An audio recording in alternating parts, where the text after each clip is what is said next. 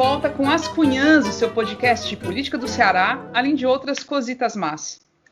Eu sou Camila Fernandes e, como sempre, estou ao lado de outras duas cunhãs jornalistas, influencers. A Inês Aparecida. Oi, Inês. Oi, Camila. Tu arranja uns adjetivos tão legal pra gente, né? Influencers, gostei. É porque agora eu tô me sentindo também, viu, Inês? Ultimamente. Agora, não sei o que é que a gente influencia, não, né? Pode ser até pro mal, mas tudo bem. Influencer. Eu tenho alô. Alô é o jeito, rapaz. Olha, pronto, começando. Alô para a Cunhanzete Tainá Picanço. Ela é cearense de Nova York, fotógrafa e uma das vozes do podcast Mais Que Três. Para Frank Brilha Júnior, aluno de publicidade da UFC, e para Felipe Abreu, eles são amigos, aluno de Direito da Universidade Federal do Rio Grande do Norte, que, aliás, é uma universidade muito da boa, né? Alô para a Cunhanzete Giovana de Melo, que está concorrendo à presidência da Associação dos Promotores de Justiça do Ceará. A eleição vai ser sexta-feira, viu? Dia 5. Alô para Amélia Rocha, defensora pública. Para Hugo Brilhante, que recomenda o nosso podcast. Tu viu, Hugo Brilhante? Recomendou o nosso podcast, recomendou também o Chá com Rapadura. Outro beijo bem grande para a Rafaela Medeiros, que é de Pedra Branca, ela é de lá, mas está radicada aqui. E ela faz pesquisa, a Rafa, sobre doçaria cearense. Olha, se eu fazer uma pesquisa dessa, ficava da grossura do baú. E diz que nos ouve mexendo um tacho do doce que ela faz chamado leite de pedra. Tu já ouviu falar nesse doce? Nossa, nunca ouvi falar. É o seguinte, claro que nem a receita é mel de engenho com leite de coco. Mulher, deve ser bom. Ai, eu posso comer. Pessoas com intolerância à lactose. Olha, mel de engenho e leite de coco. Mas deve ter outras coisas, né? O nome desse doce aí é leite de pedra, pois está aí um beijo bem doce para Rafaela Medeiros. Sim, menina. E esse episódio que a gente fez com o Silvério realmente bombou. E a gente agradece de novo a disponibilidade dele, a facilidade que a gente teve acesso por causa da assessora dele, da Renatinha. E foi muito bom, foi muito bom. Agora, um agradecimento grandioso, o coração assim, tuc, tuc, tuc, tuc, batendo, tum, tum, tum. A Lucas Casimiro, pela ilustração que ele fez, criatura, o que é aquilo? Quando eu vi, eu estava assim, quase cochilando, já era bem de noitão, eu lá sentada, aí eu olhei e falo, o que é isso? Coisa mais linda do mundo aquilo, mulher. E ele parece que é psicólogo, ele definiu a gente tudinho, não foi? Ave Maria, como é? A mulher é fofoqueira. Eu não, eu sou... eu sou uma santa. Eu sou uma santa. E a voz da Renata Lopretti. Aliás, a Lopretti é que tem a sua voz. Minha querida, eu só queria ter o salário dela. Aí já estava tudo certo. Não nem da voz. Não precisava nem da voz. Não, de jeito nenhum. Pois pronto, pois tá aí, estão aí os meus alôs, beijos, cheiros e tudo, e agradecimentos. Claro. E para quem não viu, recomendo demais. Passa lá no Instagram e para conferir a ilustração linda, linda, linda que o Lucas Casimiro fez das Cunhãs, do episódio que a gente fez passado com o Silvério Pereira. Ficou a coisa mais linda do mundo, coisa linda, linda, linda, o presente lindo que ele nos deu e que a gente nunca vai esquecer. E é aquela certeza, a gente acha que a gente recebe muito mais de vocês, dos curumins, cunhanzetes, do que a gente dá, sabe? Então é uma coisa, não tem como retribuir isso, é muito amor mesmo. Obrigada mesmo, Lucas, foi lindo e a gente, assim, indica, todo mundo vai lá no perfil do Lucas, do Casimiro, Casé, para dar uma olhada nas ilustrações dele. E temos, lógico, a queridíssima Ebele Rebouças, que para quem está no YouTube vendo, ela não vai aparecer o rostinho da Ebele. Ebele. Oi, Ebele. O rosto e o caju, né? Aquele caju. Olha, eu fiz um caju especial, passei uma base, um blush, crente que eu ia abalar aqui com a minha imagem no YouTube, para a galera do YouTube, porque estou aqui com problema aqui na minha câmera, chateada, mas vou tentar resolver isso. Vocês vão ficar só com essa fotinha by Davi Mota aí, que também tá bem bonitinha, dá um caldo. Gente, também, Ave Maria, agradecer demais ao Lucas. O Lucas, trabalhei com ele, jornalista, um menino de ouro, assim. Vou até fazer a propaganda da lojinha que ele tem. É a Epopeia Store. No Instagram, eles estão lá como... Epopeia Store.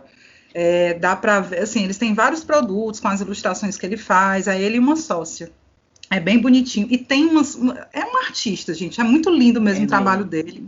Quem puder, dê uma olhada lá. E realmente queria só reforçar o agradecimento. Fiquei mega, mega feliz. A gente está até providenciando a moldura, né? O quadrinho para ficar essa lembrança em casa. E queria também falar, meu povo, das ganhadoras das canecas das Cunhãs, né? Que a gente fez um sorteio há algumas semanas, alguns dias, para ver quem acertaria quem seria o nosso primeiro entrevistado do quadro As Cunhãs Entrevistam.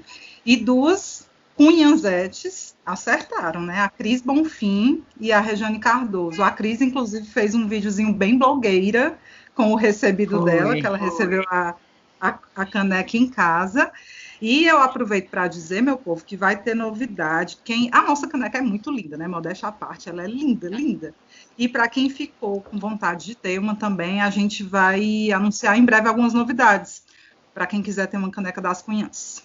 Fiquem ligados. Isso. E, bom, vamos falar do que a gente vai falar nesse programa de hoje, né? Hoje a gente vai falar sobre a sensação de impunidade que, mais do que nunca, a gente está sentindo ao ver decisões judiciais e ações do Legislativo que isentam figuras poderosas de investigações muito sérias, né, sobre os mais diversos malfeitos. Ah, mas vocês estão falando do quê? O grande exemplo é a família Bolsonaro, tá claro, né? Então você já sabe que a lista de crimes ainda impunes é longa.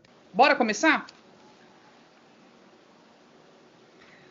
Bolsonaro e seus filhos têm repetido que não estão envolvidos em casos de corrupção, que estão limpos, né, aquele blá blá blá deles. Mas bem sabemos que a lista de histórias escabrosas envolvendo essa família e aliados não é pequena. Só que as investigações, na imensa maioria das vezes, não avançam, dando uma impressão imensa de impunidade. E, ao mesmo tempo, né, permitindo que Bolsonaro mantenha o seu discurso de homem íntegro, não corrupto, né? Ok. Essa sensação de que nada vai acontecer com ele, de que ele pode fazer qualquer coisa enquanto estiver no poder, que nada vai puni-lo, né, de jeito nenhum ele vai ser punido, é algo que incomoda muito, principalmente porque isso está deteriorando demais a democracia, ao desqualificar o próprio sistema judiciário. A gente vai falar um pouco disso hoje, inclusive foi um discurumim que a gente recebeu de um ouvinte que tem um perfil chamado Fruenck, que pediu o seguinte: meu discurumim é a respeito da anulação das provas contra o filho do Coiso. Então a gente vai falar dessas questões hoje, tá certo? E no final do programa, não esqueçam, tá? Aliás, presta atenção, a gente vai trazer um monte de discunhã e discurumim colaborativo, que essa semana a gente decidiu assim, abrir para todo mundo desabafar e realmente os desabafos foram incríveis. Então fica até o final para você ouvir. Então, para começar, vamos lembrar algumas situações muito mal contadas, vividas aí pela família Bolsonaro, que estão sendo engavetadas ou que têm investigações paralisadas, enfim, esse tipo de coisa. Vamos começar com a Ebele? Lembra aí alguma coisa? Bora lá. Tem uma listinha aqui, assim, tem uns 6 inquéritos, processos rolando aí desde 2018, envolvendo ou o Bolsonaro, ou os filhos dele, ou apoiadores dele, enfim. E aí eu vou trazer alguns aqui para a gente ir lembrando e comentando. Tem uns que estão até andando, mas é aquele passo de tartaruga, né? E com as decisões assim bem fraquinhas, aquém do que a gente esperaria de rigor, né? Então fiz aqui uma lista para a gente lembrar. O primeiro inquérito, a primeira investigação que eu queria trazer é aquela interferência na Polícia Federal. Vocês lembram, né? O Celso de Mello, ministro do STF, abriu um inquérito para investigar isso em abril de 2020. Na época, o então ministro da Justiça, Sérgio Moro, ele resolveu deixar o governo, né, e acusou o Bolsonaro de querer interferir na autonomia da Polícia Federal. Tudo porque o Bolsonaro estaria incomodado com a condução da polícia em investigações envolvendo seus filhos e aliados e tal, achando que cedo ou tarde a polícia iria chegar nessa galera mais próxima dele. Vocês vão lembrar, teve até aquela célebre frase de que eu vou esperar esse pessoal me fuder, né? Ele falou um palavrão assim. Ele não me fez não, mulher. Tira nós do YouTube. Foi eu não, foi o presidente. Foi o Coiso. E aí, assim, como é que está a situação dessa investigação? Em dezembro do ano passado, o ministro Alexandre de Moraes prorrogou esse inquérito por mais 90 dias. Isso vai rolar mais ou menos até abril, maio desse ano, né, o inquérito. O STF, inclusive, ainda está decidindo como é que vai ser o depoimento do Bolsonaro nesse caso. Se pode ser por escrito ou se ele vai ter que depor pessoalmente. Isso era para ter sido decidido, meu povo, semana passada. Mas aí se deixou passar. Não se sabe nem como é que ele vai depor, né? E aí, se comprovada essa interferência mesmo na Polícia Federal, pode ser enquadrado como crime de responsabilidade e pode fundamentar aí um pedido de impeachment, que a gente também sabe que não dá em nada. O segundo caso, meu povo, caso Queiroz, é o caso mais cabeludo e mais absurdo dessa história toda. E a gente fica de queixo caído, como não dá em nada. Só lembrando a história... Fabrício Queiroz, ex-assessor do Flávio Bolsonaro na época que ele era deputado estadual no Rio, né, é acusado de ser operador do esquema das famosas rachadinhas, né, que é quando parte do salário dos funcionários do gabinete são desviadas e tal, o funcionário é obrigado a dar parte do seu salário para o seu chefe, no caso, o Flávio Bolsonaro à época. E tem um monte de indício de comprovação, né, de enriquecimento do Queiroz, né, ele teria enriquecido não sei quantos milhões aí em pouco tempo, e tem os depósitos dele em dinheiro vivo na conta do Flávio Bolsonaro, da mulher dele e até da primeira-dama Michelle Bolsonaro, a famosa Michelle. E aí o Queiroz passou a ser procurado, cadê o Queiroz, ficou um tempão escondido e foi encontrado em junho de 2020 na casa de Frederico Wassef, em Atibaia, né? E o Wassef, vocês sabem... Foi encontrado aonde? Que aí que ele disse que não sabia. Ele está aqui no meu sítio. Lembra que ele disse? Que o pessoal fazia meme, que botava assim o Queiroz voando, entrando pela janela voando e tal, né? Muito bom, gente. Olha como é que tu tem uma casa, tu tem um sítio e não sabe quem é que está lá, Camila. Quem já viu isso, Hebe? Não tem assim, sem condição. E essa história do Queiroz, de besta. Ela é tão escabrosa, porque assim, logo que veio à tona a denúncia dessa história toda, da rachadinha, dos pagamentos, né, dos depósitos, foi logo na época da eleição, né, do Bolsonaro, pouco depois, foi em 2018, né, finalzinho de 2018 que começou a vir à tona essa história. E o Queiroz, logo em seguida, ficou doente e disse que estava com câncer muito sério. E aí ele foi internado no hospital lá em São Paulo, no Albert Einstein, e apareceu um vídeo dele todo dançando com a família no quarto do hospital, antes da cirurgia, todo alegre, todo feliz. A coisa mais, assim, tudo é bizarro nessa história. E assim, você fica... toda doida. É toda doida. E agora mesmo, ele disse que uma das desculpas dele por estar lá na casa do Wassef é porque ele fazia o tratamento de câncer. Então ele tinha que ficar em São Paulo, perto do hospital. Só que era... Você lembra como era a saúde, o tratamento de câncer? Todo sábado e domingo aparecia ele, né? No vídeo churrasco, uma cerveja. Rapaz, pense no tratamento de câncer desse homem. Legal, era. É muito esquisito. Muito esquisito. Mas continua, Hebe.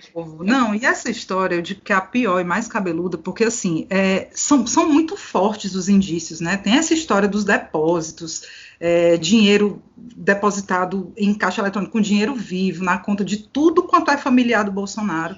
E simplesmente agora, dia 23 de fevereiro, a quinta turma do STJ anulou 2 decisões que permitiam a quebra de sigilo fiscal do Flávio Bolsonaro. E essa quebra de sigilo seria crucial na investigação, né? O Ministério Público que entrou com esse pedido de quebra, depois que o COAF identificou aquelas movimentações financeiras e tal, envolvendo alguns ex-deputados estaduais do Rio, incluindo o Flávio Bolsonaro. E aí, simplesmente, o STJ vai e nega a quebra de sigilo. Então, assim, até a acusação está dizendo, cara, depois dessa está enterrado, esse caso não vai para frente, porque com isso a gente perde a prova cabal, né, de que estaria havendo rachadinha. E assim, outro detalhe bizarro, né, que você fica, gente, meu Deus do céu, o Wassef simplesmente continua advogando pela família Bolsonaro. Ele estava lá nessa decisão do STJ, defendendo o Flávio. Assim, depois de tudo que aconteceu, o cara até deu uma sumida uma época, mas tá aí, voltou. Não deu em nada.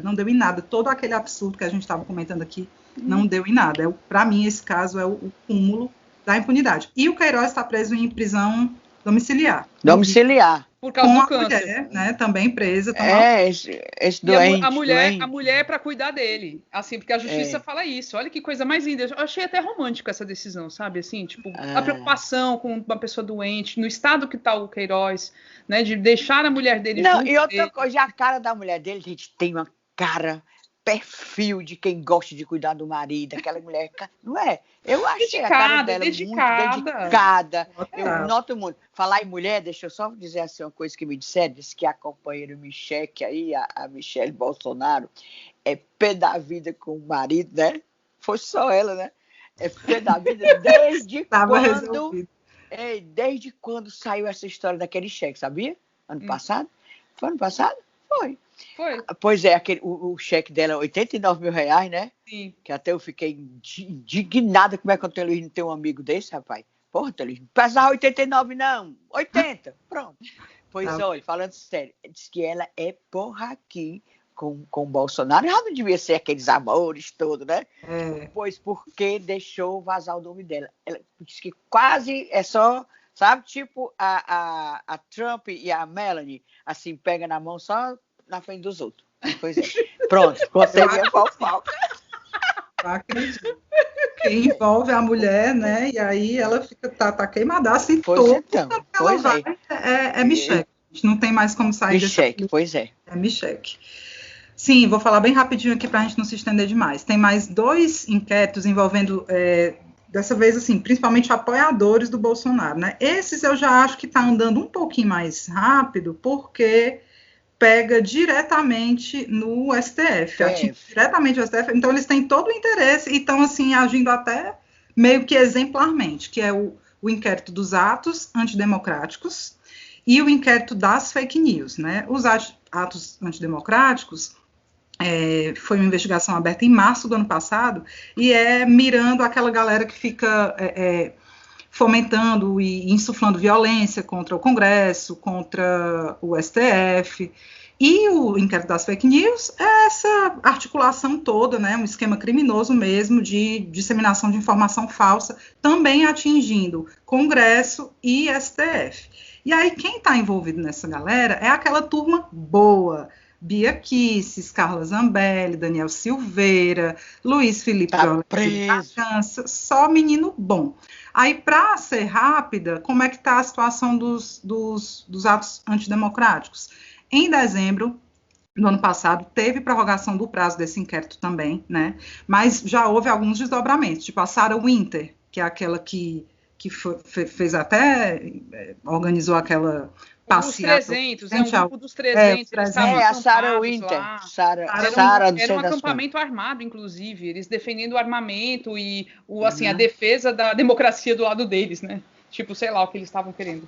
Pois estavam, né, com aquelas tochas em frente lá em Brasília. Jogaram fogos de artifício contra o Supremo. Isso. Essa bonita, ela tá com tornozeleira eletrônica. Tá presa em casa, não pode nem chegar perto do STF. Diz até que não vai mais se envolver com esse Bolsonaro, meio que tá vindo com ele. Porque, só um detalhe, o Bolsonaro, desculpa aí, Emily, o Bolsonaro, ele abandona esse pessoal que baba ele. Quando ele tá vendo que o negócio vai ficar mais, vai ser ruim pro lado dele, vai pegar mal, ele abandona. Ele abriu a boca para defender esse Daniel Silveira? De jeito nenhum, porque ele sabe que não dá nada. Ele abriu a boca para defender essa outra que se rasgava por ele, aquela doidinha, essa Sarah Winter, mas o sobrenome dela é outro, o sobrenome dela é verdadeiro. Geromini, Sarah Geromini. Pronto, Geromini, olha o sobrenome rei feio. Pois bem, porque que ele abriu a boca para defender, ele não defende ninguém, não. De jeito nenhum. Quando ele joga as baratas.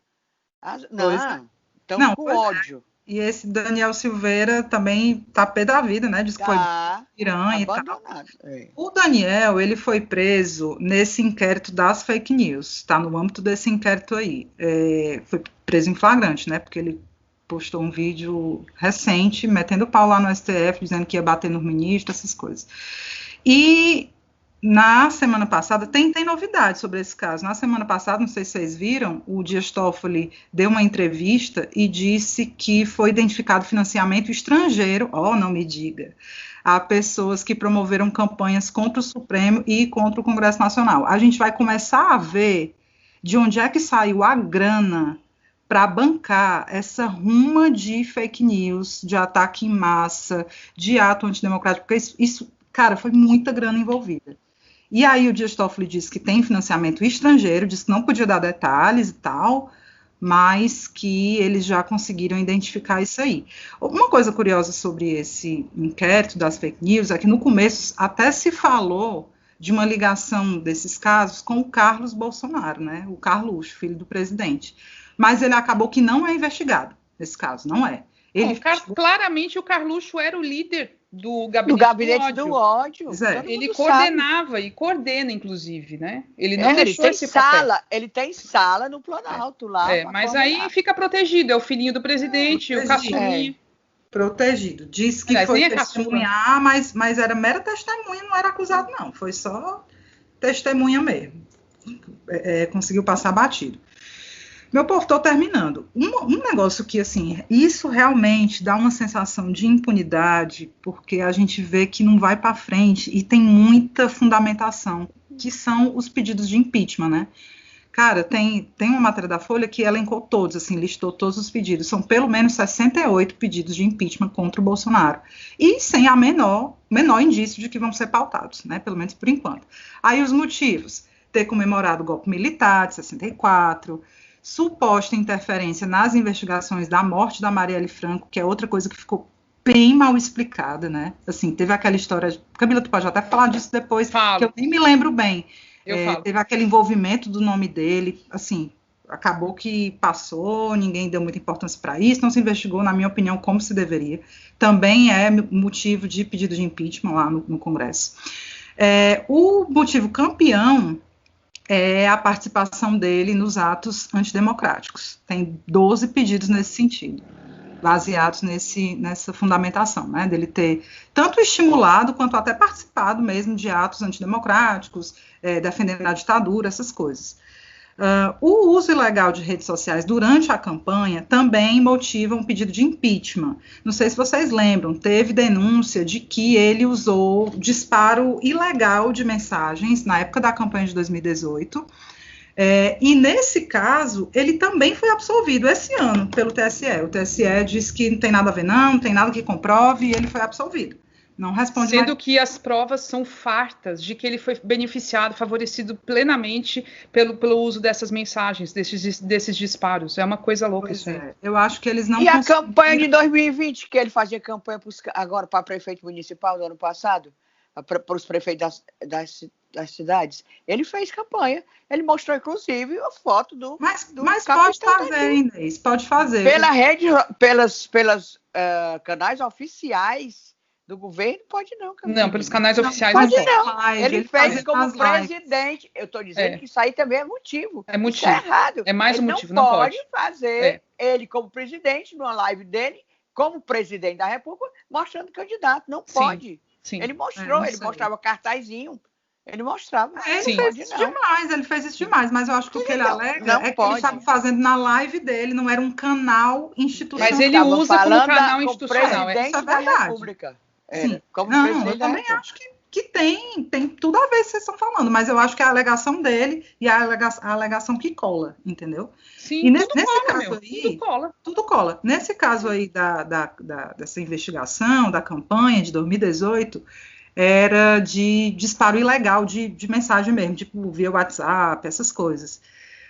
Camila, e tu falou isso, ele foi o mais beneficiado. Cara, só o que tem é artigo científico mostrando por A mais B que das, 100, 500 fake news mais compartilhadas, assim, a grande maioria era beneficiando ele e batendo no Haddad, né? Então, assim, beneficiado ele foi. Sim. O que o TSE diz é que não tem como comprovar que foi ele, saca?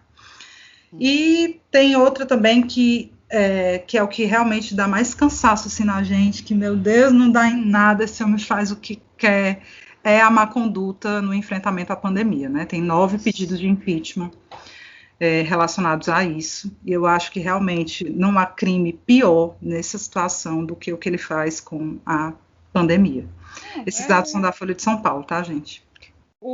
Má conduta é uma expressão tão leve que eu acho. Má conduta, não. Ele faz um desserviço. Ele é criminoso nessa Sim. Ele fez um crime aqui no Ceará, sexta-feira, aglomerando, dizendo loucuras sobre máscara, sobre os problemas que máscara causa e tal. Isso é crime, isso não é má conduta, não. Isso é crime. Má conduta é como eles fundamentam, né? No pedido eu sei, é uma frase jurídica, sei lá, que está lá escrito. Mas eu estou dizendo que é um termo leve. Ele comete crimes. E o mais revoltante é que nem os negacionistas, coleguinhas dele aí, presidentes negacionistas e tal, né? Uma galera de extrema-direita, como o Netanyahu lá em Israel, o cara super investiu em vacina, tá praticamente assim, acelerou mesmo o processo de vacinação lá e tudo para quê? Para retomada econômica. O foco dele é esse, não é nem impedir as mortes, Menina, né? Mas nem isso o Bolsonaro tem capacidade de fazer. E ele foi até propaganda. Ele faz propaganda. Faz propaganda pela vacinação. Pois aqui é o contrário, cara. É assim, a gente está no limbo da irracionalidade e do crime mesmo, do crime. Porque já são mais de 250 mil mortes. É uma coisa, assim, absurda. Eu me lembro perfeitamente de onde eu estava quando eu ouvi pela primeira vez a notícia da pandemia, né? Eu estava viajando, e aí o cônjuge leu assim, vixe, pandemia e tal. Cara, a primeira coisa que eu pensei, puta merda, é uma pandemia no pior momento da história política do Brasil, porque imagina como vai ser a condução disso pela turma do Bolsonaro. E assim, dito e feito, né, cara? A gente está no pior momento com a pior pessoa que existiria para, sabe, salvar a gente. Assim. E ele está achando ótimo essa pandemia. Para ele foi assim, a sopa no mel.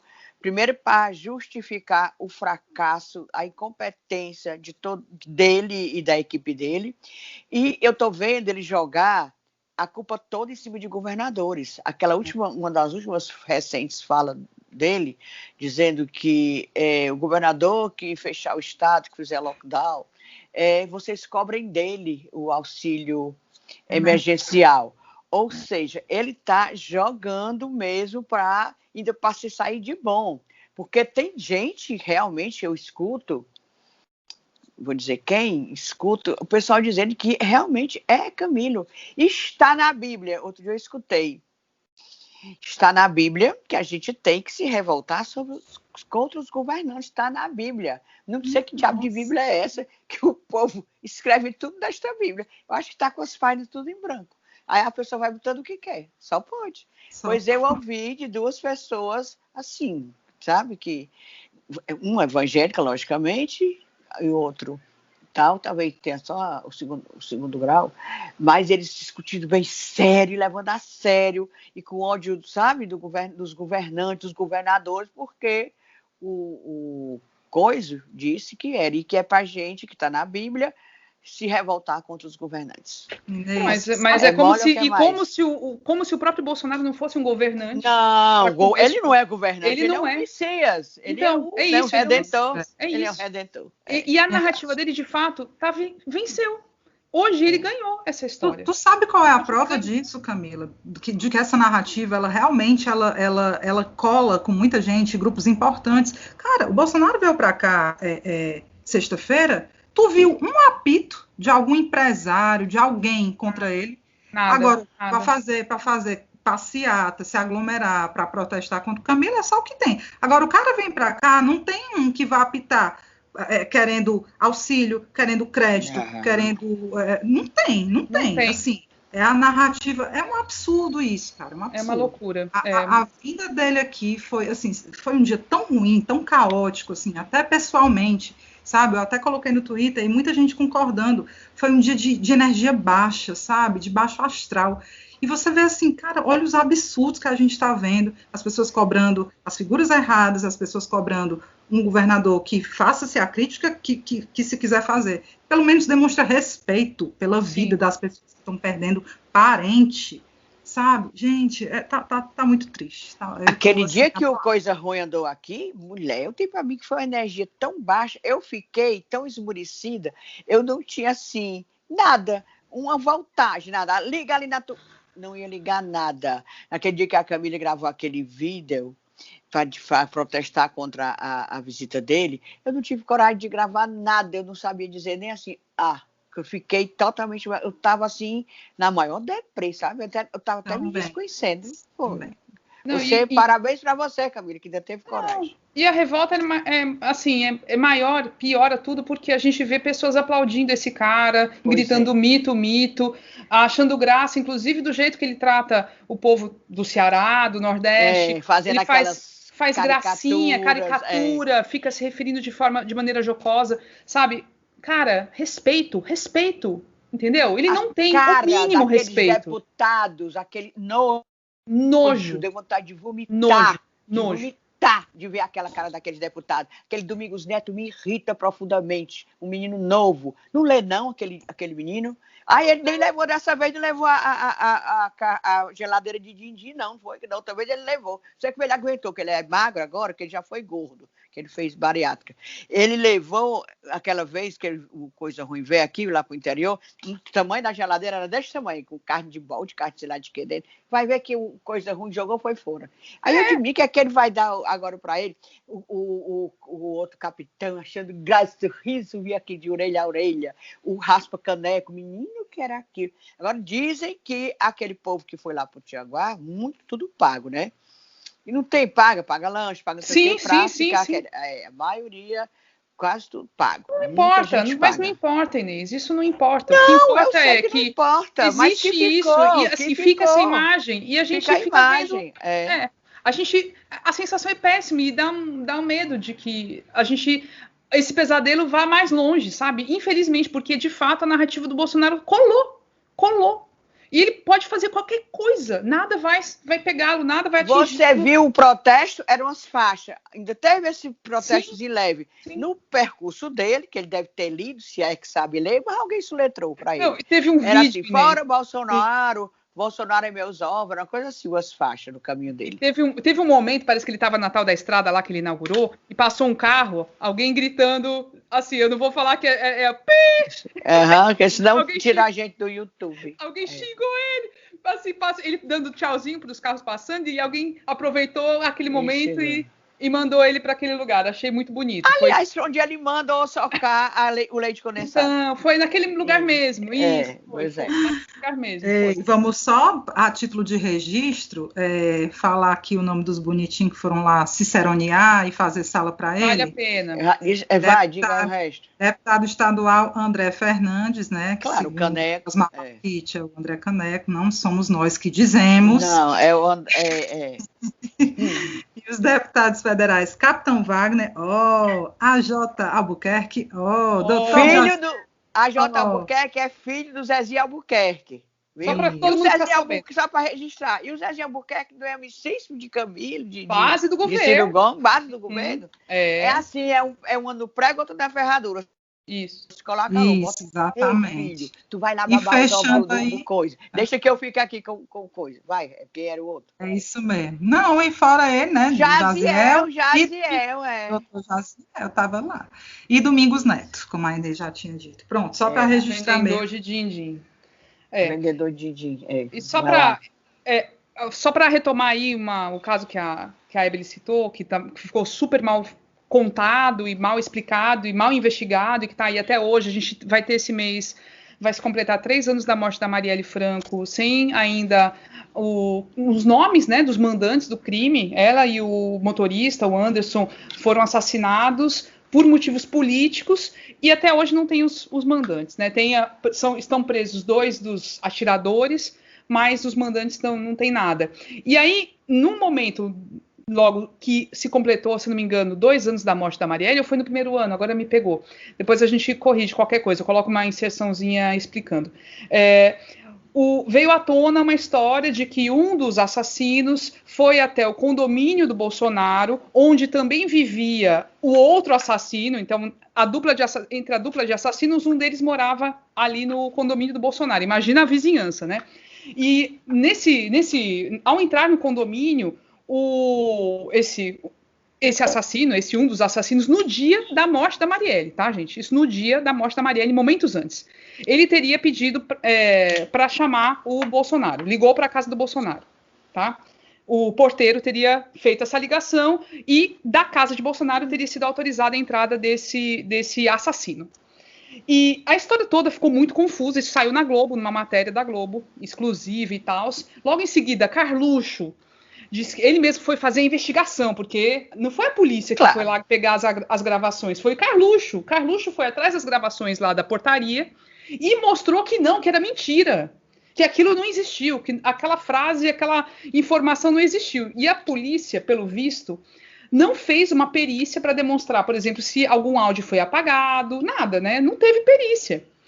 Enfim, a coisa caiu nas costas do porteiro, que foi acusado praticamente de ter mentido para incriminar o Bolsonaro, e ficou por isso mesmo. Pronto. Uma história super mal contada e que não vai para frente, e a gente sabe que não vai para frente a investigação disso. Ainda torcendo para que, quem sabe, sei lá, daqui a uns anos a gente saiba quem mandou matar a Marielle, mas, tipo, é difícil. E aí, Inês, só para a gente avançar, você falou com um advogado, né?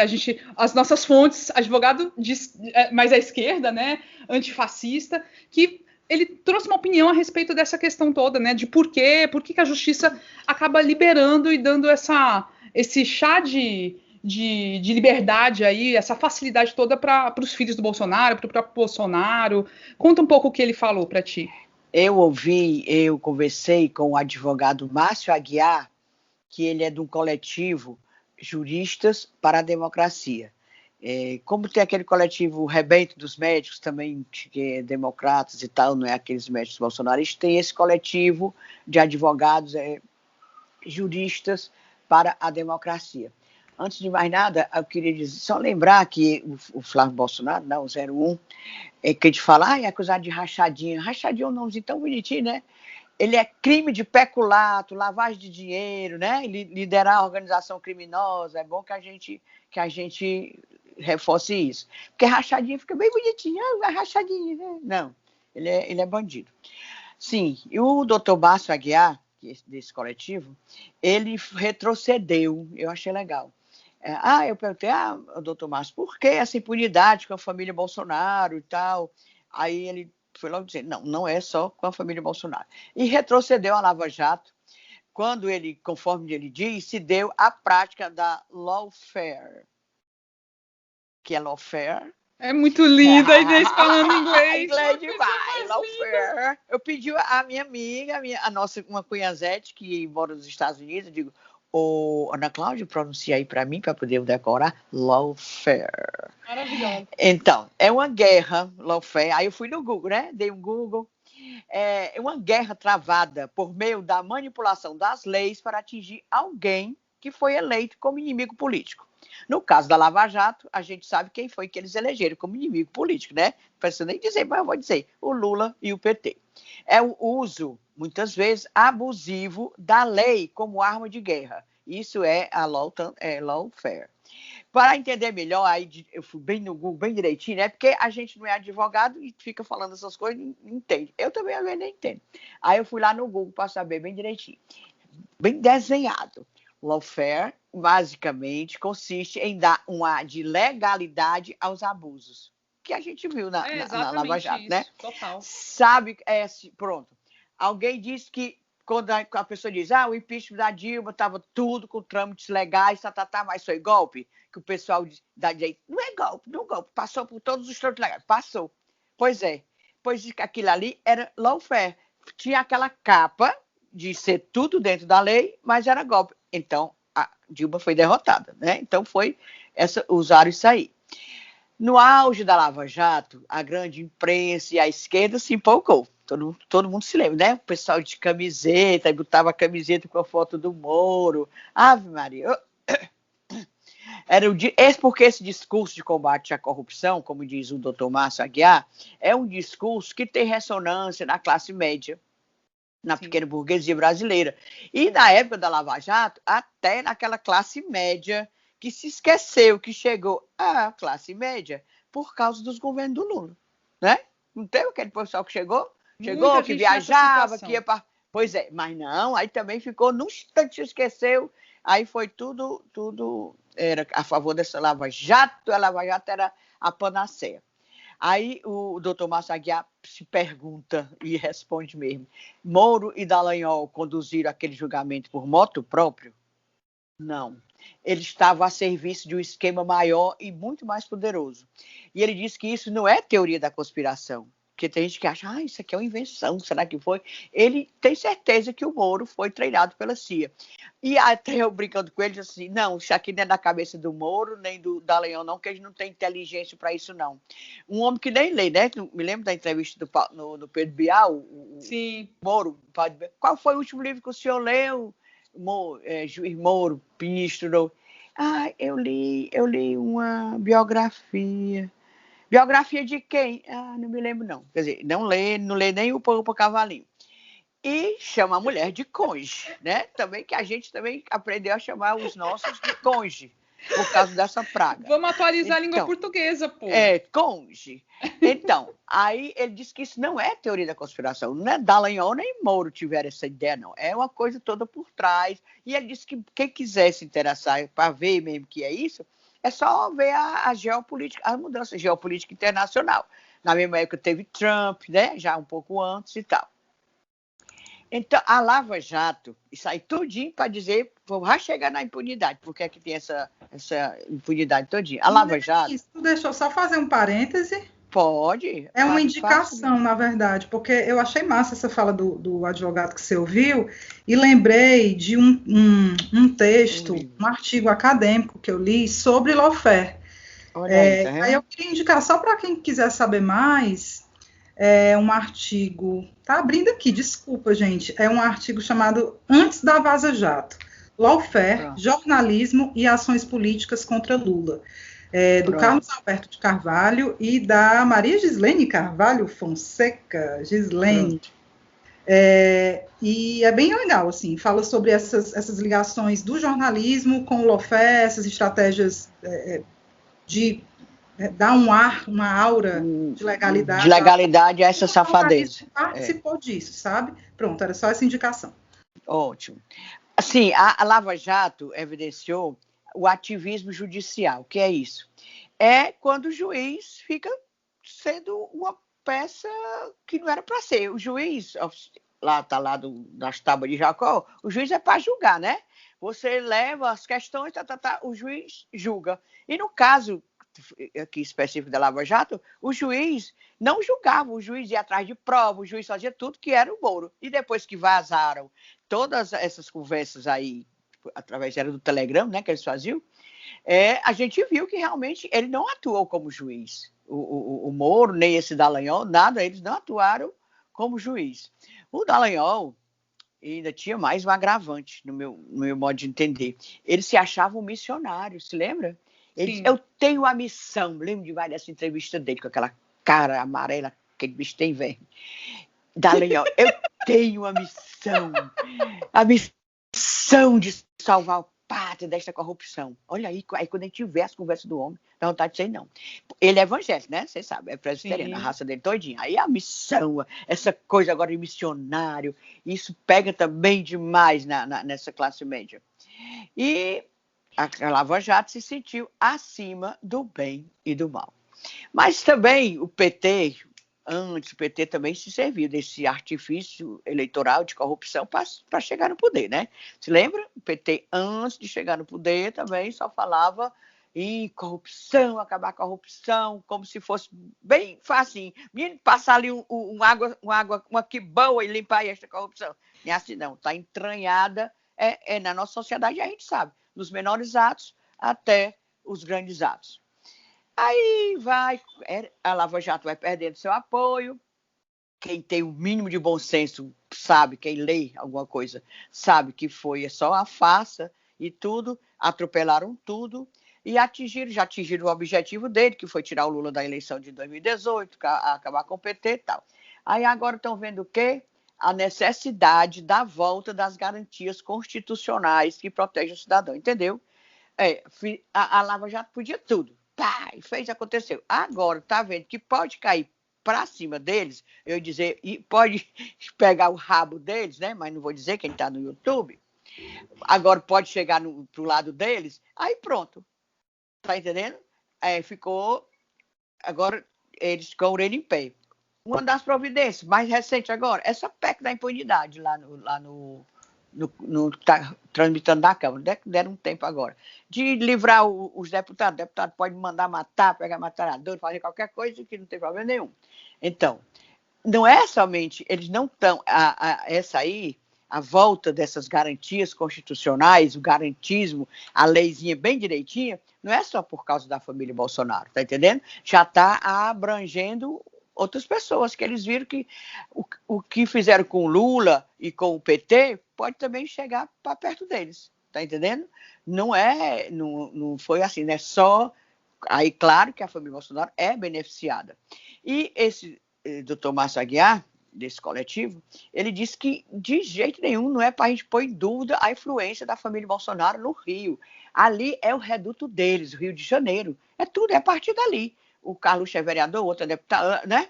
É ali. Inclusive, ele também não tem nem medo de dizer que eles comandam a milícia, cara, certo? Eles são meio milicianos, aquilo ali eles mandam, é um feudo. Tem influência no STJ, que é o Tribunal Superior, Tribunal de Justiça, que o STF é mais superior do que ele, né? E eles têm, porque, como diz o doutor Márcio, o STJ é assim mais suscetível, né? Para não dizer outra palavra, né? Assim, mais pesada. É a escolha do STJ e do STF também, que não é por concurso, e ainda é mais assim, politicagem e tal, e é bem mais suscetível, e os Bolsonaro têm influência lá. Por isso que aliviaram agora o Flávio Bolsonaro dessa história aí dessa quebra de sigilo dele, né? Ele, até lembrando, falando sobre tribunais superiores, lembrou o Márcio Aguiar que o Lula errou muito na escolha dos ministros. Não deu um adendo, como diz o outro. O Gilmar Mendes, que foi escolhido pelo Fernando Henrique Cardoso, ainda ficava mais, tinha umas votações assim, mais de acordo com o governo do que propriamente os que ele escolheu, no caso, Joaquim Barbosa, vocês se lembram, né, do Joaquim Barbosa? Que o Lula quis porque tinha que botar um negro, a representatividade do negro, e o pessoal dizendo para ele, Lula, vamos ver se a gente arranja outro, por causa da cor e tal. Não, queria o Joaquim Barbosa. E o Dias Toffoli, né?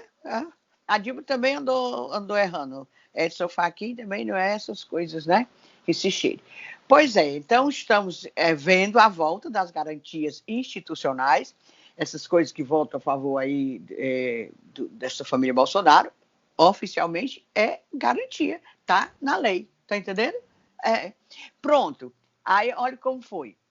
Naquele tempo não prenderam o Lula, não fizeram condução coercitiva, não foi? Sim. Levaram o Lula lá era para a base aérea? Foi uma coisa assim. Para ir para Curitiba. Curitiba aí, mas primeiro prenderam ele lá, Sim. né? Não foi? Então, logo depois não pode mais não. Só fizeram com o Lula. Oxe, pode mais não. Condição coercitiva, você pode fazer acontecer, Camila, Evelyn. Ninguém vai ser conduzido coercitivamente também não. Ei, pedalada fiscal, se lembra? Pedalada fiscal? Pois agora pode. Quer dizer, o impeachment de Dona Dilma foi por causa de pedalada fiscal. E quem era o relator? Quem era? Antônio Anastasia, ex-governador de Minas Gerais, que foi condenado também por pedalada fiscal. Aí eu me lembro que o repórter perguntou para ele, o senhor relator e o senhor também não praticou pedalada fiscal? Não vem ao caso. É legal, né? Só ia ao caso lá com a Dilma. Pau, né? Pois é, agora você pode fazer pedalada fiscal, voltar às garantias. Claro que eles iam ver que ia cair para cima deles. E o Daniel Silveira, você vai dizer, não, mas o Daniel Silveira foi preso. Daniel Silveira foi preso porque ninguém está ligando para Daniel Silveira. Ele é detestado, ele é odiado lá dentro dos pares dele, ele não tem amigo, ninguém se identifica com ele, apesar de ter cheio de bandido, mas com ele, com aquele modelo de bandido, ninguém se identifica lá na Câmara Federal. Por isso que ele está aí preso, entregar as moscas. Até a Flor de Lis estava lá, era com tornozeleira toda, isso, né? Pimpona. Flor de Lis acusada de matar o marido e estava lá. E o Daniel Silveira preso, né, na cadeia. Então é uma coisa bem assim, você nota a diferença. Pois é, porque ele não era, mesmo a gandaia se o nível dele não se identificou com ele, tá entendendo? É isso, o Márcio Aguiar, o doutor Márcio Aguiar, desse coletivo, achei bacana esse coletivo. É bom a gente saber, né, que tem outras pessoas É muito fazendo bom, isso. e são as nossas fontes, né? As Porque nossas assim, a gente fontes, decide mesmo. A gente escolhe, nós temos nosso recorte editorial, a gente escuta pessoas que defendem a democracia, defendem as instituições, a gente vai por esse lado, sempre. Não vamos atrás de gente negacionista que quer derrubar o Supremo, que, sabe, esses caras não têm vez nas cunhãs. Fim, ponto, acabou-se, né? Aí o doutor Márcio Aguiar realmente não disse que essa história, os Bolsonaro tem força a partir do Rio de Janeiro, comandam milícias, e aqui ele faz até uma acusação bem grave. Ele disse que não tem a menor dúvida de que o assassinato de Marielle Franco passa pela família Bolsonaro. Aí está na boca dele, a gente não tem como provar, eu estou né? falando isso. Ele disse que não teme dizer, doutor Márcio Aguiar, não sei o que estou dizendo que ele matou, não, que o assassinato de Marielle Franco passa pela família Bolsonaro. De alguma forma, né? Assim, Eu vou trazer a fala de uma pesquisadora, jornalista, doutora em ciências políticas, e que nas horas vagas, ainda por cima, é cunhanzete, que já, de vez em quando, a gente traz alguma fala dela aqui, que é a Graziele Albuquerque, maravilhosa, e ela estuda justamente essa relação da mídia com a justiça. E eu perguntei para ela sobre a imagem da justiça, do Supremo no meio disso tudo, porque, beleza, tá voltando, e aí super dialoga com o advogado, com o que ele falou, né? Beleza, agora a justiça tá voltando a garantir direitos básicos que foram suprimidos num período aí em nome do justiçamento, digamos assim, né? Contra a corrupção a todo custo. Só que o que significa isso para quem está vendo, para nós, para a população, para os cidadãos, né? Então, ela fala justamente dessa diferença entre o fazer e o parecer, né? Então, a justiça não é só dizer que está fazendo justiça, tem que parecer que está fazendo justiça, tem que demonstrar isso. E nessa liberação, né, por exemplo, ao tirar a validade de provas no caso do Flávio Bolsonaro, né, provas que eram essenciais para que todo o processo siga e que, de fato, seja possível chegar numa punição a ele. Ao, por exemplo, não ouvir o Bolsonaro até hoje, né, em todos esses inquéritos, ficar adiando ao máximo. Enfim, todas essas ações que a gente fica assistindo como se tivesse normal, né? Mas tudo bem, são garantias da justiça. Mas ao fazer isso, a impressão que passa, a impressão que dá para a gente, nós cidadãos, é que a impunidade está aumentando. E isso é muito negativo para a democracia. Tá? Então, está aumentando a impunidade porque a justiça age politicamente para proteger certas figuras políticas. E, no caso, já agiu politicamente para condenar certas figuras políticas, como aconteceu no caso da Lava Jato, né? E que está sendo demonstrado cada vez mais pelo vazamento das conversas entre os procuradores, com o juiz e tudo mais. Está demonstrado isso aí, que houve uma decisão política para realmente perseguir e acabar com o PT, acabar com o Lula, e agora a justiça e todo, não só o Supremo, mas o Ministério Público, o Aras, né, que agora a gente pode chamá-lo claramente de engavetador, né, o cara, ele tá ali, ele é o advogado do Bolsonaro, né, Inês, como você mesmo já vem falado disso. Ele é advogado, né, procurador da República, ele é advogado do Bolsonaro, ele, o Assef. Então, ele ajuda, ele impede que as investigações prossigam. Isso claramente em várias situações. Então, tudo isso nos passa a sensação de que a impunidade está aumentando e isso é péssimo para a democracia. E isso se reflete em números. A Grazi fala, por exemplo, de pesquisas recentes que mostram que muita gente, uma parcela relevante da população, não confia na justiça. Ela citou uma da Fundação Getúlio Vargas, que dizia que pouco mais de 20% apenas da população confiava nas instâncias do judiciário. Isso é muito pouco. Também outra pesquisa que foi feita por um site jornalístico chamado Jota, que mostra que perto de 30 e poucos por cento da população estava defendendo, naquele momento da pesquisa, o fechamento do Supremo. E é uma coisa muito séria, são medidas autoritárias, são medidas vinculadas a ditaduras, sabe? E tem essa legitimidade na sociedade, porque se considera que a justiça não é confiável, que a justiça é direcionada a proteger certas pessoas e condenar outras. Tá? Então, a Lava Jato, no meio disso tudo, para a Grazi, contribuiu, sim, muito para piorar a imagem da justiça. Não foi o que começou, isso já vem desde os anos 80, ela faz uma memória aí disso, ela estuda o assunto, né? E para ela, não é que um juiz vai conseguir ser 100% imparcial, apolítico, ninguém é, não existe isso. Mas é necessário criar limites para que seja possível voltar a confiar na justiça. Então não dá para aceitar que um juiz seja integrante da acusação, como aconteceu no caso do Moro com a Lava Jato. Isso é inaceitável. Isso tem que ser punido exemplarmente. O processo tem que ser anulado. Mas isso, o rigor do processo judicial tem que ser cobrado. Mas o que, na verdade, acontece é isso. A gente fica discutindo aí publicamente, quem o Bolsonaro vai indicar para o Supremo? Por quê? Porque implicitamente está dito, quem ele indicar vai protegê-lo. Vai ser mais uma pessoa ali dentro para protegê-lo. E proteger os filhos dele e proteger o grupo dele. E isso fica assim, então, é tão claro, é tão evidente, e isso afeta demais as instituições.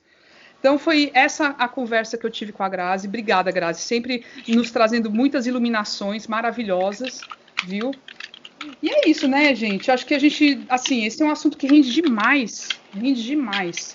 Mas agora a gente tem que ir para o momento mais esperado do programa, muitas vezes, né? E principalmente porque hoje vai ter participações especiais, que é o momento do desabafo, o momento do recadinho, que é o momento Discunhã. E hoje o momento Discunhã vai ser mega ultra especial, porque vai ser um Discunhã colaborativo, não seremos nós, assim, não são nossos Discunhã, são dos nossos ouvintes. Nós pedimos contribuições e a galera deixou várias e são ótimas, uma melhor que a outra. E aí vamos começar pela Inês, assim, a gente vai falando, certo? Os Discunhã de cada um aí e a gente vai comentando. Bora, Inês, começar? Vamos começar. Achei tão bacana, a gente pediu um dia e no mesmo dia já foi... Foi uma chuva, todo mundo querendo desabafar. Mas... E o melhor desse Discunhã colaborativo era as gaitadas que eu dava vendo o nome do povo no Twitter. É muito bom. Tem uns aqui que a gente vai dizer que eu morri de me abrir. Os nicks, né? Os apelidos que a galera bota. Lá vai. Elaine Vigiane, ela fala: eu não aguento mais os interesses individuais de partidos e pretensos candidatos. Li que o primeiro objetivo do Ciro é derrubar o PT no primeiro turno. Já começa a se degladiar de agora e essa história, conhecemos o enredo. Eu quero união agora e estou falando de tudinho. A Elaine está aí discunhando, ela arrasou. Wesley Braga: o meu Discunhã, que no caso dele é o Discurumim, é um desabafo sobre a declaração do Ciro Gomes, cujo objetivo é derrotar o PT. Pensei que o objetivo era outro. Esse homem tá fumando o quê, ó? Alguma coisa que passarinho não fuma. Lia Lima, 80. Claro que ela não tem 80 anos, deve ter nascido em 80. Meu Discunhã é o seguinte: quando vamos nos unir e tirar esse lixo da presidência, estamos muito apáticos. Mulher, se tu dependesse de mim, tu pode me chamar, mas não só né? O que ele pode fazer? Não, é apatia total mesmo, meu Tá. Olha, eu estou dizendo que esse homem está amando esta pandemia. Amando, porque o povo pode ir para a rua, só os dele que vai, aquela meia dúzia, vai levar confusão. Vai tu, Weber, conta aí, fala aí uns Vou trazer o Discunhã da Maiara de Araújo, minha amiga. Olha como é o nome dela no Twitter. Não tô falando, tô só dizendo. Aí, me imitando. Citando a Inês parecida. Pois o Discunhã dela é assim: é sobre o fim da versão impressa do Diário do Nordeste, que não significa só a mudança de suporte, mas dos critérios da empresa quanto ao que é notícia e jornalismo, além da destruição do parque gráfico, das demissões em massa e da ainda maior precarização da categoria. Maiara é jornalista, para quem não conhece, e traz um Discunhã super pertinente, realmente foi um dos assuntos da semana passada, né? O fim da versão impressa do DN.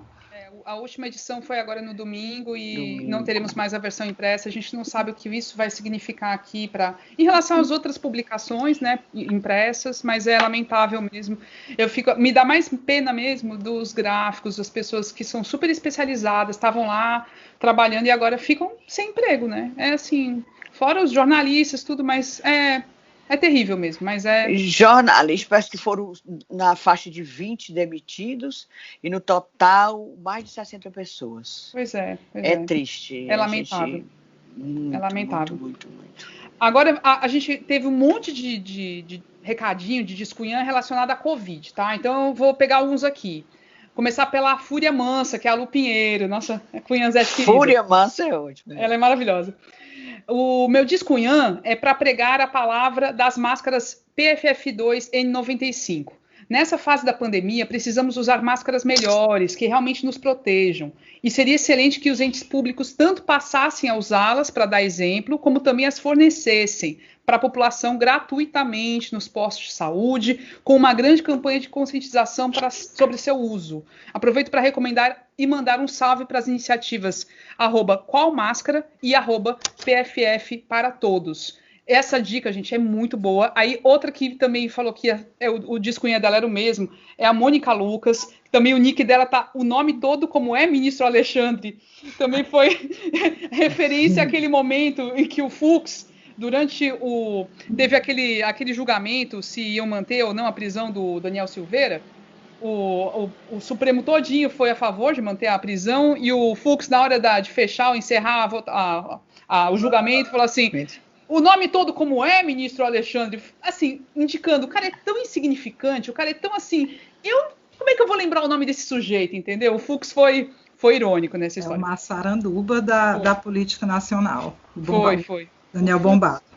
Daniel Bombado, Então, a Mônica Lucas também disse que esse era o discunhã dela, e a Paulinha MLR também disse que, também deu esse recado, vamos trocar as máscaras de pano pelas N95, PFF2, elas não são caras, podem ser encontradas a R$3, R$4 e podem ser reutilizadas, protegem verdadeiramente contra a Covid, um ano de pandemia, vale a pena investir nisso.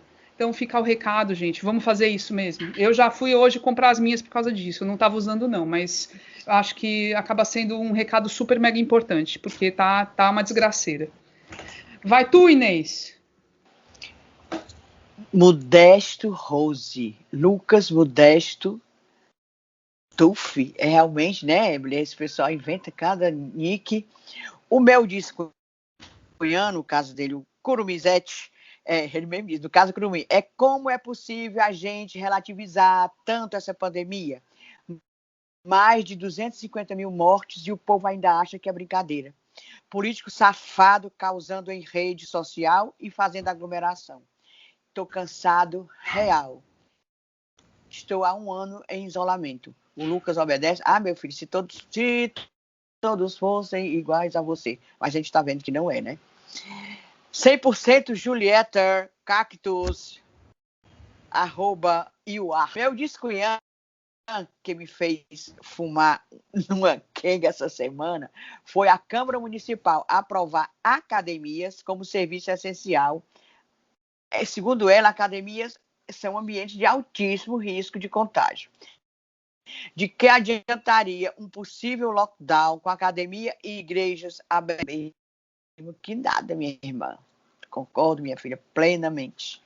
Jackson Diego, o nick dele. Eu não aguento mais as pessoas espalhando desinformação e duvidando de cientistas depois de 1 ano de pandemia. Revoltado. E nós também. Pois é. Seguindo aqui com a ruma de discunhã e discurumim, discunhanzete sobre pandemia. Agora são os melhores nomes de Twitter. Comentarista da Vida Alheia /BBB, que é o Kleber Pinheiro. Putz, meu discunhar é para políticos que mudam de discurso para confundir a cabeça da população como uma aculá chamada Priscila Costa, que critica as ações para conter o avanço do coronga, mas foi negacionista há um tempinho atrás. Boa observação, viu? Esse povo não sabe o que quer, né? Ou, enfim, não unifica o discurso, não. Uma hora é contra o avanço do corona, outra hora já fica...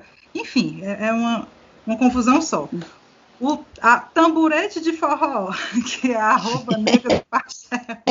Tamburete de forró, como é isso? O meu descunhado. E negra do pastel, ela é uma coisa só. Vai lá. O meu descunhado é o desabafo de quando a ciência era levada mais a sério e não tinha tanta gente pregando a desinformação. Total, gata. O Renato Carneiro diz: o meu descunhã é sobre as empresas de ônibus que continuam não disponibilizando a frota completa, fazendo o trabalhador que depende desse meio de transporte aglomerar-se no momento mais difícil da pandemia. Esse é um assunto muito bom. Né, tá mó polêmica sobre a história das frotas de ônibus. O Ferruz Feitosa chegou a dizer que não tinha demanda, não, para aumentar a frota, não. Como é que não e as empresas venderam os ônibus. As empresas estão dizendo que venderam os ônibus e o governo dizendo que não tem demanda para aumentar. É bizarro. E os ônibus lotados, você vê horas de pico aqui, tudo cheio. Ou seja, o povo tudo se contaminando. É uma coisa muito irresponsável, muito irresponsável. E o Jackson Diego diz: qual o sentido de uma pandemia desse tipo de frota ser reduzida? Era para estar rodando, era 150% da frota normal, total. Era para botar mais, exatamente, para evitar que as pessoas se aglomerassem, mas não. Aí eles forçam a aglomeração. Parabéns, né, para todos os envolvidos. Seguindo aqui, vou falar o descunha do perfil O Bichão Tu, que é o @crack09. O Bichão Tu. É muito engraçado. Aí quando a gente pensa que vem algum esclarecimento, @crack09. Mas é para ser meio anônimo mesmo. Os nossos amigos, eles são maravilhosos, né? São maravilhosos. E o recado é o seguinte: é um recado aos governadores do Nordeste que deixaram o grande cientista Miguel Nicolelli sair do consórcio por não observarem as suas duras observações sobre o momento atual, inclusive com recomendação clara sobre o lockdown, bola fora, que todos pagaremos. Essa é outra história séria também. Agora a gente não pode nem, assim, não digo nem criticar. Ultimamente a gente nem critica o Camilo Santana. Eu acho que mais do que nunca aqui no Ceará a gente dá muita força, mas aí qualquer coisinha o pessoal já acha ruim e acha que a gente está criticando. Opa, né? Não é crítica, a gente tem que cobrar. O Camilo é governador e tem que ser cobrado. E tem que ir atrás das vacinas, e tem que tomar medidas mais duras, porque está numa situação de quase colapso. Enfim, ele vai ter que ser cobrado e vai ser cobrado. E nós cobraremos. Camila, pois deixa eu botar logo, já que você falou isso, deixa eu mandar aqui um descunhã anônimo que eu recebi pelo meu WhatsApp pessoal, que foi o seguinte. Não posso nem dizer o nome, meu povo, mas é muito bom e tem a ver com isso que a Camila falou. O descunhã o que eu queria dizer é uma indireta para os coleguinhas assessores lidarem melhor com as críticas a seus assessorados. Bom, tem uma piada interna aqui, mas enfim, quem é atento ao Twitter vai saber do que essa fonte aqui está falando. Mas outros recadinhos do Thiago Matos. O meu descunho de hoje é sobre a sensação de arrefecimento dos trabalhos que estavam sendo desenvolvidos em unidade pelos governadores do Nordeste. Parece que o consórcio e o Comitê Científico do Nordeste estão sendo esvaziados. Será reflexo das articulações para 2022? Fica aí minha dúvida. Temos que garantir unidade, vacina e discurso conjunto pelo fim do bolsonarismo. Perfeito, Thiago. Muito bem, Thiago. Muito. A Dijane Nogueira também mandou um. Meu descunhã é para o alto empresariado brasileiro que anda calado e não pressiona Bolsonaro pela compra de vacinas. Se eles se moverem por essa cobrança de forma pública e articulada, o genocida terá que agir. Também acho, mas na verdade a galera quer comprar vacina. Os empresários, eles preferem isso. E é bizarro, porque aí você cria uma distorção, porque quem precisa mesmo, né, as pessoas mais pobres, assim, os grupos de risco, vão ficar para trás. Assim, não dá para a gente aceitar que os empresários comprem vacinas para eles aplicarem, tipo, sei lá, nos funcionários deles, isso como desculpa para a retomada econômica. A gente tem que querer que a vacinação ocorra da forma mais justa possível, aplicando primeiro nas pessoas com mais risco e escalonando isso, para que chegue a todos. Então tem que ser via público mesmo, tem que ser via SUS. Mas boa, valeu, Dijane. Agora vamos para os últimos recadinhos, gente. Bora, Inês. Descunhã que é do Oxialex. Olha aqui, ele mandou, foi um desaforo, mas não foi pra gente não. Descunhã, quero mandar um recado pro meu orientador do TCC. Você não é o dono da verdade absoluta. O orientador dele vai dar pode tirar, não vai querer mais ser orientador dele, não. Aí tem a Rayane Moura, 08, ela protesta contra a visita do Bolsocoisa, que diz que dá uma profunda tristeza e desesperança, ouvir que elas falavam daquele homem. A Corrêa Catunda, que é Cunhanzete, Ave Maria, vou dar uma carteira a ela, assim, desse tamanho, física, né, não vale só assim uma Cunhanzete querida. E eu adoro ela, aprender a costurar, mulher na pandemia. Fiquei besta. Ela quer o seguinte: chega logo vacina, não aguento mais ver tanta gente morrendo. É verdade, Corrêa, é verdade. É verdade. E tem um negócio de uns beijos para nós só, né? Esse aqui, o discunhã dele, é um desabafo. Só queria dizer que adoro o trabalho de vocês. 1000 beijos paulistanos. Olha, ainda bem lá de longe. Né? Paris. Não, Paris não, conterrâneo. Meu conterrâneo. Pedro Costa SP. Muito legal. Isso. Ainda foi só elogiando. E a gente pega e lê. Pois é, foi legal. Agora a gente vai usar sempre, quase sempre, essa história de ouvir os nossos curumins e cunhazetes. Vão pensando aí nos seus, né? Nos seus descunhados, nos seus descuruminas, nos seus desabafos, recadinhos. Pode ser, inclusive, indireta para alguém ou direta. A gente, né, vai manter aqui os recadinhos. E, gente, ó, tamo no Instagram, tamo no Twitter e tamo no YouTube. Ó, 3 plataformas. Então, no Instagram e no Twitter, somos As Cunhãs Podcast. Vai lá, curte a gente, acompanha nossas publicações, são sempre legais e tal. A gente, né? A gente eu amo o nosso Instagram. Tem uns desabafos extemporâneos, né? Que a gente faz no meio da semana quando tem algum motivo muito forte, como teve essa semana. Tem um monte de conteúdo inédito aí, extra podcast. Pois é, vai lá. E o YouTube é coisa nova, então a gente está no começo e vai lá, se inscreve no canal, tá bom? E a gente vai tentar sempre melhorando o conteúdo, tá certo? Então, boa semana para todo mundo, a gente fica por aqui hoje. Cuidem-se acima de tudo, vamos tomar cuidado, a Covid está pegando pesado. E até semana que vem, se tudo der certo. E obrigada de novo por tudo que vocês fazem com a gente. Obrigada, gente. Povo. Um beijo grande para todo mundo e boa semana. Cheiro!